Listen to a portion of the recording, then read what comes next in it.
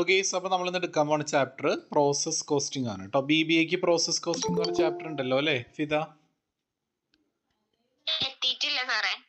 ഉണ്ടല്ലോ അല്ലേ, കണ്ടില്ലേ? കണ്ടിട്ടൊന്നുമില്ല, ഞങ്ങൾക്ക് അഞ്ചാമത്തെ പാഠം ഓവർഹെഡ്സ് ആണ്.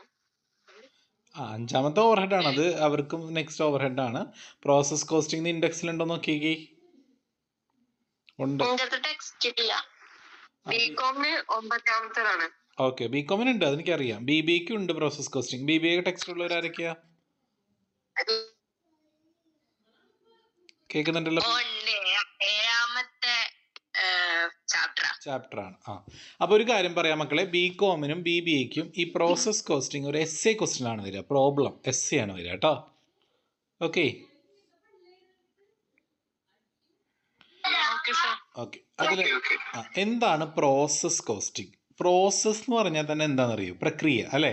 അതായത് ഇപ്പോൾ ഒരു പ്രൊഡക്റ്റ് നമുക്ക് ഫിനിഷ്ഡ് പ്രൊഡക്റ്റ് ആവണമെങ്കിൽ പല പ്രോസസ്സിലൂടെ കടന്നു പോകണം. മനസ്സിലായോ?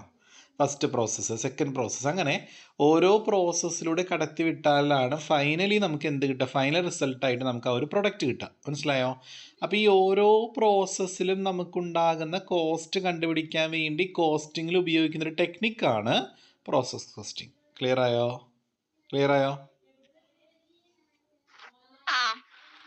അപ്പോൾ അതിൻ്റെ ഫീച്ചേഴ്സ് ചോദിക്കുകയാണെങ്കിലോ, ഇത് ഡിവൈഡ് ഇൻ ടു ഡിഫറെൻറ്റ് പ്രോസസ്സിനെ പല പ്രോസസ്സായിട്ട് ഇതിനെ തരംതിരിക്കുന്നു. ഓരോ പ്രോസസ്സും മറ്റുള്ള പ്രോസസ്സിൽ നിന്ന് വളരെ ഡിസ്റ്റിങ്ക്റ്റ് ആണ്, ഡിഫറെൻ്റ് ആണ്. The product passes from one process to the next process. മനസ്സിലായില്ലേ? അതായത് ഓട്ടോമാറ്റിക്കലി ഒരു പ്രൊഡക്റ്റ് ഒരു പ്രോസസ്സ് കഴിഞ്ഞാൽ പിന്നെ അടുത്ത പ്രോസസ്സ്, അത് കഴിഞ്ഞാൽ അടുത്തത്, അങ്ങനെ അത് കംപ്ലീറ്റ് ആകുന്നവരെ ഇങ്ങനെ കണ്ടിന്യൂ ചെയ്തുകൊണ്ടിരിക്കും. മനസ്സിലായോ? ഒരു പ്രോസസ്സിൻ്റെ ഔട്ട്പുട്ട് അടുത്ത പ്രോസസ്സിന് എന്തായിരിക്കും? ഇൻപുട്ടായിരിക്കും. മനസ്സിലായോ? ഇപ്പോൾ ഒരു ഗണ്ണുണ്ടാക്കുന്ന കമ്പനിയാണെങ്കിൽ ഗണ്ണുണ്ടാക്കാൻ ആദ്യം മെറ്റീരിയൽ ഇട്ട് കൊടുക്കും. അതിൽ നിന്ന് കിട്ടുന്ന ഔട്ട്പുട്ടാണല്ലോ അടുത്ത് തന്നെ ഇൻപുട്ടായിട്ട് കൊടുക്കുക. അല്ലേ? അതുപോലെ പ്രൊഡക്ഷൻ എന്ന് പറഞ്ഞ ഇവിടെ കണ്ടിന്യൂസ് പ്രോസസ്സാണ്. ഇവിടെ എല്ലാ യൂണിറ്റും എന്താണ്? ഐഡൻറ്റിക്കലാണ്. അങ്ങനെ ഒരു 6 പോയിന്റ് പഠിച്ചു വെക്കുക കേട്ടോ. സാധാരണ ഈ ഒരു ടെക്നിക്ക്, ഈ പ്രോസസ് കോസ്റ്റിംഗ് എന്ന് പറയുന്ന ടെക്നിക്ക് ഏതൊക്കെ സ്ഥാപനങ്ങളിൽ ഉപയോഗിക്കുകയെന്നറിയോ? Iron and steel industry, paper industry, chemical work, soap making, textile mill, paint companies, oil refinery, ഇവിടെ എല്ലാ കമ്പനികളിലൊക്കെയാണ് ഇത് ഉപയോഗിക്കുക കേട്ടോ. ഇനി job costing process costing difference നിൽക്കട്ടെ. നമുക്കതിൻ്റെ പ്രോസസ്സ് എങ്ങനെ വരയ്ക്കാമെന്ന് കാണിച്ചു തരാം. സ്ക്രീനിൽ കാണില്ലേ നിങ്ങൾ? ഇപ്പോൾ ഒരു പ്രൊഡക്റ്റ് 3 പ്രോസസ്സിലൂടെ കടത്തി വിട്ടാലേ ചിലപ്പോൾ കംപ്ലീറ്റ് പ്രൊഡക്റ്റ് ആവുള്ളൂ. അപ്പോൾ പ്രോസസ്സ് 1 അക്കൗണ്ട് വരയ്ക്കണം, 2 അക്കൗണ്ട് വരയ്ക്കണം, 3 അക്കൗണ്ട്, അങ്ങനെ 3 ടേബിൾ വരയ്ക്കണം. അപ്പോൾ അത് 1ൽ സാധാരണ പ്രോസസ്സ് വരയ്ക്കുമ്പോൾ നമ്മൾ ഡെബിറ്റ് സൈഡും ഉണ്ട്, ക്രെഡിറ്റ് സൈഡും ഉണ്ട്, ലെഫ്റ്റ് ഹാൻഡ് സൈഡും ഉണ്ട്, റൈറ്റ് ഹാൻഡ് സൈഡും ഉണ്ട്. കണ്ടോ? ലെഫ്റ്റ് ഹാൻഡ് സൈഡിൽ particulars, unit, amount, right hand സൈഡിലും അതുപോലെ പർട്ടിക്കുലേഴ്സ്, യൂണിറ്റ്, എമൗണ്ട്. ഓക്കെ അല്ലേ?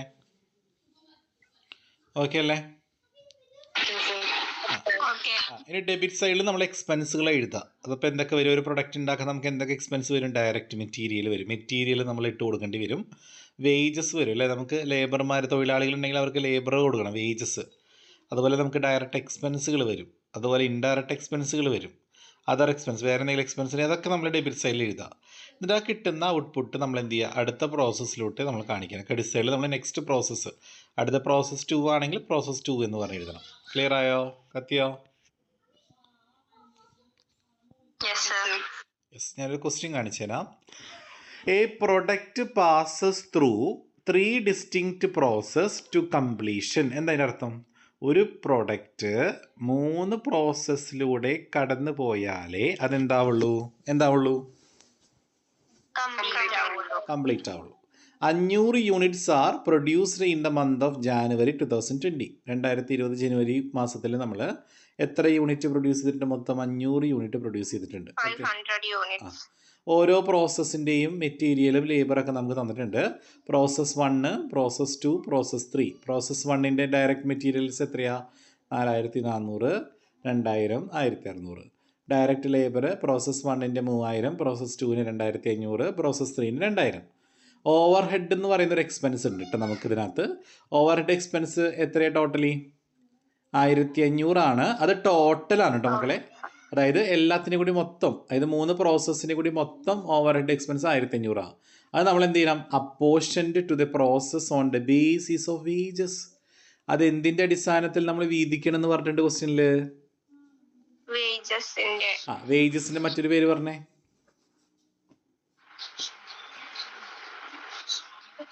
വേജസിൻ്റെ മറ്റൊരു പേരാണ് ലേബർ. മനസ്സിലായോ? കത്തിയാ? ആ അപ്പോൾ ലേബറിൻ്റെ അടിസ്ഥാനത്തിൽ ഈ 1500 രൂപ നമ്മൾ എന്തെങ്കിലും വീതിക്കണം. അപ്പോൾ പ്രോസസ് 1ൻ്റെ എത്രയാണെന്ന് എങ്ങനെ കാണാം? ഓവർ ഹെഡ് എക്സ്പെൻസ് എത്രയാണെന്ന് കാണാം? 1500 ഇൻറ്റു 3000 ബൈ ടോട്ടൽ. അപ്പോൾ 7500 വരും. 3000 2500 2000 കൂടുമ്പോൾ 7500 അല്ലേ വരിക. അപ്പോൾ 1500 ഇൻറ്റു 3000 ബൈ 7500 ചെയ്താൽ പ്രോസസ് 1 കിട്ടും.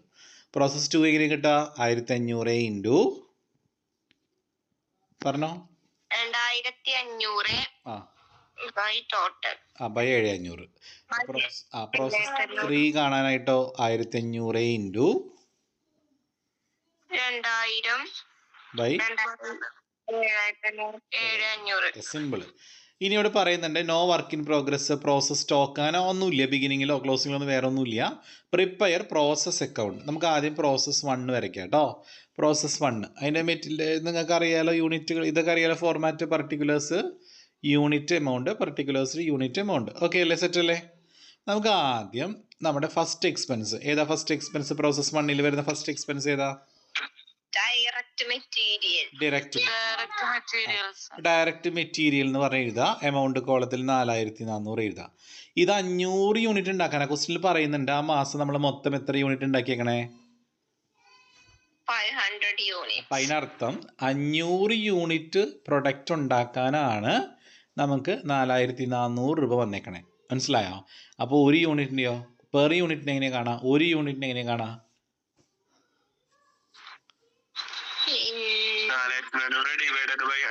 യെസ് അതന്നെ, വെരി ഗുഡ്. 4400/500 എന്ന് ചെയ്ത് നോക്കി കാൽക്കുലേറ്ററിൽ എത്ര കിട്ടുക? 4400/500 എത്ര കിട്ടാൻ നോക്കി കാൽക്കുലേറ്ററിൽ? 8.8. ക്ലിയർ ആയോ മക്കളെ? ക്ലിയർ ആയോ? അതായത് ആ മാസം നമ്മൾ ടോട്ടലി 500 യൂണിറ്റ് ഉണ്ടാക്കിയേക്കണേ. അപ്പം അതിനർത്ഥം 500 യൂണിറ്റ്സ് ഉണ്ടാക്കാനാണ് നമുക്ക് 4400 രൂപ മെറ്റീരിയൽ പ്രോസസ്സ് 1 വന്നേക്കണേ. അപ്പോൾ ഒരു യൂണിറ്റിന് പെർ യൂണിറ്റാണ് നമ്മൾ ആ കോളത്തിൽ എഴുതേണ്ടത്. ഒരു യൂണിറ്റിന് എഴുതണം. അപ്പോൾ 4400/500 8 രൂപ 80 പൈസ. ഓക്കെ അല്ലേ? അപ്പോൾ ഡയറക്റ്റ് മെറ്റീരിയൽസ് കഴിഞ്ഞു. അടുത്തായിട്ട് ചെയ്ത അടുത്ത എക്സ്പെൻസ് ചെയ്ത പ്രോസസ് 1 3000 ആണ്. അതും 500 യൂണിറ്റിൻ്റെ അല്ലേ? അപ്പോൾ ഒരു യൂണിറ്റിന് എങ്ങനെ കാണാം? 500 നമുക്ക് 6 എന്ന് കിട്ടും. അടുത്ത ഓവർ ഹെഡ് എക്സ്പെൻസ് പറഞ്ഞൊരു എക്സ്പെൻസ് ഉണ്ട്. അത് നമ്മൾ നേരത്തെ കണ്ടുപിടിച്ചില്ലേ? മൊത്തം 1500 ആണ്. അത് വേജസിൻ്റെ അടിസ്ഥാനത്തിൽ വീതിക്കണം എന്ന് പറഞ്ഞേക്കണേ. അപ്പോൾ 1500 ഇൻറ്റു 3000/700. അത് അവർ കട്ട് ചെയ്തിട്ട് ഒരു 30 ആക്കി തന്നെ. നിങ്ങളങ്ങനെ ചെയ്യണമെന്നില്ല. അപ്പോൾ പറഞ്ഞോ 1500 ഇൻറ്റു 3000/7500 ചെയ്യുമ്പോൾ എത്ര കിട്ടുക? ചെയ്ത് കാൽക്കുലേറ്ററിൽ 1500 ഇൻറ്റു 3000/700 എത്ര കിട്ടുന്നത്? കാൽക്കുലേറ്ററിൽ ചെയ്തേ. 1500 ആ 3 പ്രോസസ്സിൻ്റെയും കൂടി മൊത്തം എക്സ്പെൻസ് ആണ്. അതിൽ നിന്ന് എത്ര കിട്ടി? 600. അപ്പോൾ ഓവർ ഹെഡ് എക്സ്പെൻസ് പറഞ്ഞാൽ 600 എഴുതാം. അത് 500 യൂണിറ്റിൻ്റെ അല്ലേ? അപ്പോൾ ഒരു യൂണിറ്റിന് എങ്ങനെ കാണാം?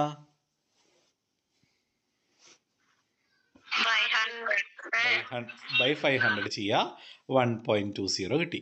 അപ്പോൾ നമ്മുടെ ആ പ്രോസസ്സ് 1 കഴിഞ്ഞില്ലേ മക്കളെ? പ്രോസസ്സ് 1 കഴിഞ്ഞില്ലേ? അത് നമ്മൾ ബാലൻസ് ചെയ്യുക. ബാലൻസ് ചെയ്യുമ്പോൾ നമുക്ക് ക്രെഡിറ്റ് സൈഡിലല്ലേ ബാലൻസ് വരിക. അത് അടുത്ത പ്രോസസ്സ് എന്ന് പറഞ്ഞാൽ അടുത്ത പ്രോസസ്സ് ചെയ്താൽ പ്രോസസ്സ് 2 അല്ലേ? അടുത്ത അക്കൗണ്ട് ചെയ്താൽ പ്രോസസ്സ് 2 അല്ലേ? അപ്പോൾ നമ്മൾ പ്രോസസ്സ് 2 അക്കൗണ്ട് എന്ന് പറഞ്ഞ് എഴുതിയിട്ട് ഇവിടെ കിട്ടിയ ടോട്ടൽ ബാലൻസ് 16 രൂപ, മൊത്തം 8000 രൂപ നമ്മൾ ബ്രോ ഡൗൺ ചെയ്യുക. ക്യാരി ഡൗൺ ചെയ്യുക. ക്ലിയർ ആയോ? പ്രോസസ്സ് 1 അക്കൗണ്ട് വരച്ചത് എല്ലാവർക്കും മനസ്സിലായെന്ന് റെസ്പോണ്ട് ചെയ്തേ. മനസ്സിലായി സർ. അടുത്തത് പ്രോസസ് 2 അക്കൗണ്ട് വരയ്ക്കാൻ പോവാണേ. പക്ഷെ ഒരു കാര്യം ശ്രദ്ധിക്കണം. പ്രോസസ് 2 അക്കൗണ്ട് വരയ്ക്കുമ്പോൾ ആദ്യം എഴുതുന്നത് ഓപ്പണിങ്ങാണ്. അത് എവിടെ നിന്ന് കിട്ടുന്നതാ? പ്രോസസ് 1ൻ്റെ ബാലൻസ്. പ്രോസസ് 1ൻ്റെ ബാലൻസ് എത്രയായിരുന്നു? 8000. അത് ഏത് അക്കൗണ്ടിൽ നിന്ന് വന്ന? പ്രോസസ് 1ൽ നിന്ന് വന്നതല്ലേ? അപ്പം നിങ്ങൾ ഇവിടെ പ്രോസസ് 1 അക്കൗണ്ട് എന്ന് പറഞ്ഞ് എഴുതിയിട്ട് ആദ്യം ആ 16ഉം 8000 എഴുതണം. ക്ലിയർ? യെസ്. ഇനി നമ്മുടെ പ്രോസസ് 2ൻ്റെ ഡീറ്റെയിൽസ് പറഞ്ഞ ഡയറക്റ്റ് മെറ്റീരിയൽസ് എത്രയാ? 2000. അത് 500 യൂണിറ്റിൻ്റെ അല്ലേ? അപ്പോൾ ഒരു യൂണിറ്റിനെ കാണാൻ എന്ത് ചെയ്യണം? 2000/500. ദാറ്റ് ഈസ് 4 എന്ന് കിട്ടും. അടുത്തത് ഡയറക്റ്റ് ലേബർ 2500 ആണ്. അത് 500 യൂണിറ്റിൻ്റെയാണ്. അപ്പോൾ ഒരു യൂണിറ്റിനെ കാണാൻ 2500/5 5 എന്ന് കിട്ടും. അടുത്ത ഓവർ ഹെഡ് എങ്ങനെ കാണാം? പ്രോസസ് 2ന്റെ ഓവർ ഹെഡ് എങ്ങനെ കാണാം പറഞ്ഞേ? 1500 ഇൻറ്റു 2500/7. യെസ്, 1500 ഇൻറ്റു 2500/700 ചെയ്യുമ്പോൾ നമുക്ക് എത്ര കിട്ടുക? കാൽക്കുലേറ്ററിൽ 500 എന്നാണോ കിട്ടണേ? ചെയ്ത് നോക്കി. അപ്പോൾ നമ്മൾ എമൗണ്ട് കോളത്തിൽ 500 എഴുതാം. അപ്പോൾ ഒരു യൂണിറ്റിനെ കാണാൻ 500/500 1 കിട്ടും. ഓക്കെ അല്ലേ? കഴിഞ്ഞില്ലേ? പ്രോസസ് 2 കഴിഞ്ഞില്ലേ? ബാലൻസ് ചെയ്യാം. അപ്പോൾ നമ്മൾ ആ സൈഡ് ഡെബിറ്റിൽ കൂട്ടി നോക്കുമ്പോൾ നമുക്ക് 26 യൂണിറ്റിൽ കിട്ടുക, എമൗണ്ടിൽ 13,000 കിട്ടും. അപ്പോൾ നമുക്കിനി അടുത്ത പ്രോസസ്സില്ലേ മക്കളെ? അപ്പോൾ ബാലൻസ് ഫിഗർ നമ്മൾ അടുത്ത പ്രോസസ്സിൻ്റെ പേര് എഴുതണ്ടേ? ഏതാണ് അടുത്ത പ്രോസസ്സ്? പ്രോസസ് 3 എന്ന് പറഞ്ഞ് എഴുതിയിട്ട് 26 എന്നും 13,000 എഴുതാം കേട്ടോ. അടുത്ത അക്കൗണ്ട് ഏത്? ലാസ്റ്റ് അക്കൗണ്ട് പ്രോസസ് 3 അക്കൗണ്ട് വരയ്ക്കുമ്പോൾ ആദ്യം എഴുതേണ്ടത് എന്താ?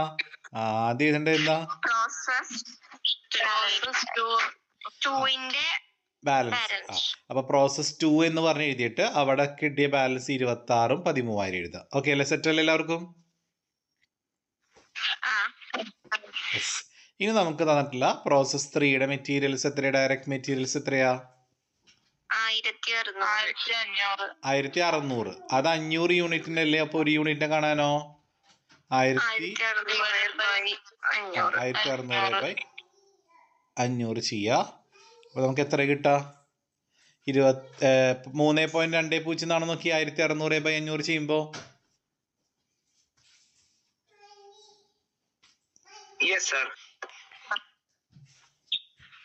അടുത്തത് ഡയറക്റ്റ് മെറ്റീരിയൽ കഴിഞ്ഞു. അടുത്ത ഡയറക്റ്റ് ലേബർ. ഡയറക്റ്റ് ലേബർ എത്രയാ നോക്കി? പ്രോസസ് 3യുടെ 2000. അത് 500 യൂണിറ്റിന്റെ അല്ലേ? അപ്പൊ ഒരു യൂണിറ്റിനെ കാണാം 2000/500 4/4. ഓക്കെ. ഇനി അടുത്തത് ഏതാ? Over head expense. Over head expense എത്രയാ? ടോട്ടലി 1500 അല്ലേ? 1500 ഇൻറ്റു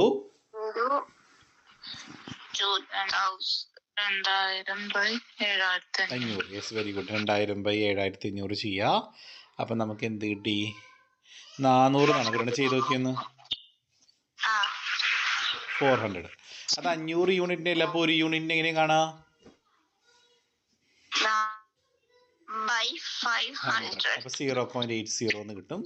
അതിപ്പോൾ അത് കഴിഞ്ഞല്ലോ. പ്രോസസ് 3യോട് കൂടി നമ്മുടെ പ്രൊഡക്റ്റ് ഫിനിഷ് ആവില്ലേ? 3 പ്രോസസ്സിലൂടെ കടത്തിവിട്ടാൽ കംപ്ലീറ്റ് ആവുന്നല്ലേ പറഞ്ഞേ?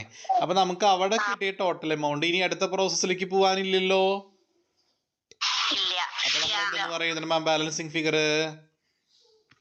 Finished stock.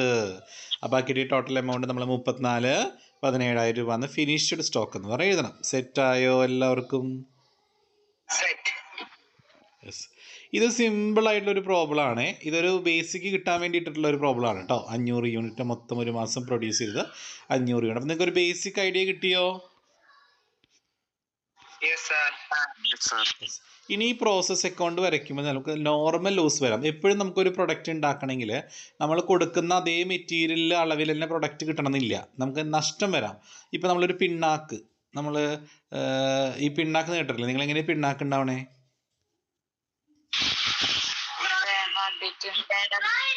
എന്താ?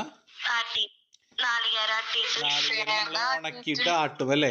അപ്പം ഞാൻ ഒരു കാര്യം ചോദിക്കട്ടെ, ഒരു 50 കിലോഗ്രാം നാളികേരം ഉണക്കി ആട്ടിക്കഴിഞ്ഞാൽ 50 ലിറ്റർ വെളിച്ചെണ്ണ കിട്ടുമോ? കിട്ടൂല. അപ്പം നമ്മൾ 50 കിലോഗ്രാം മെറ്റീരിയൽ ഇട്ട് കൊടുത്താൽ നമുക്ക് ഔട്ട്പുട്ട് 50 ലിറ്റർ വെളിച്ചെണ്ണ കിട്ടില്ല അല്ലേ? ഒരു 30-35 കിട്ടില്ല. ബാക്കി 15 എന്തോ എൻഡായിട്ട് പോവും, ലോസ് ആയിട്ട് പോകും. അത് നോർമലി ആ സാധനം അങ്ങനെയാണ്. അതിനെ നോർമൽ ലോസ് എന്നാണ് പറയുക.